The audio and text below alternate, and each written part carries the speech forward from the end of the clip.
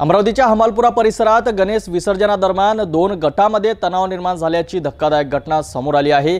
या घटनेत एका तरुणावर चाकूने हल्ला करण्यात आला आहे। यामुळे परिसरात सध्या तणावाचे वातावरण असून पोलिसांचा मोठा फौजफाटा तैनात करण्यात आला आहे। अमरावतीतील हमालपुरा येथे गणेश विसर्जनाचा दिवस अचानक तणावपूर्ण झाला। बालवीर गणेशोत्सव मंडळ आणि तानाजी गणेशोत्सव मंडळाचे विसर्जन सुरू असताना जुन्या वैमनस्यातून हा वाद पेटला। सोनू आकाशे पप्पू कुकडे आणि त्यांच्या एका साथीदाराने सांकेत जगताप या तरुणावर चाकूने हल्ला केला। या घटनेनंतर परिसरात एकच गोंधळ उडाला। माहिती मिळताच डीसीपी गणेश शिंदे आणि डीसीपी श्याम गुगे तात्काळ मोठा पोलीस फौजफाटा घेऊन घटनास्थळी दाखल झाले। त्यांनी परिस्थिती नियंत्रणात आणली।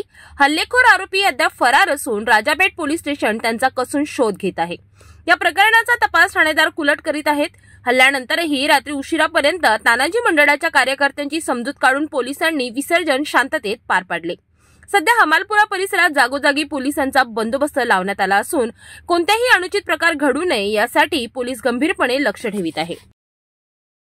ही घटना निश्चितच चिंताजनक आहे। अमरावती पोलिसांनी वेळीच हस्तक्षेप केल्यामुळे परिस्थिती नियंत्रणात आहे।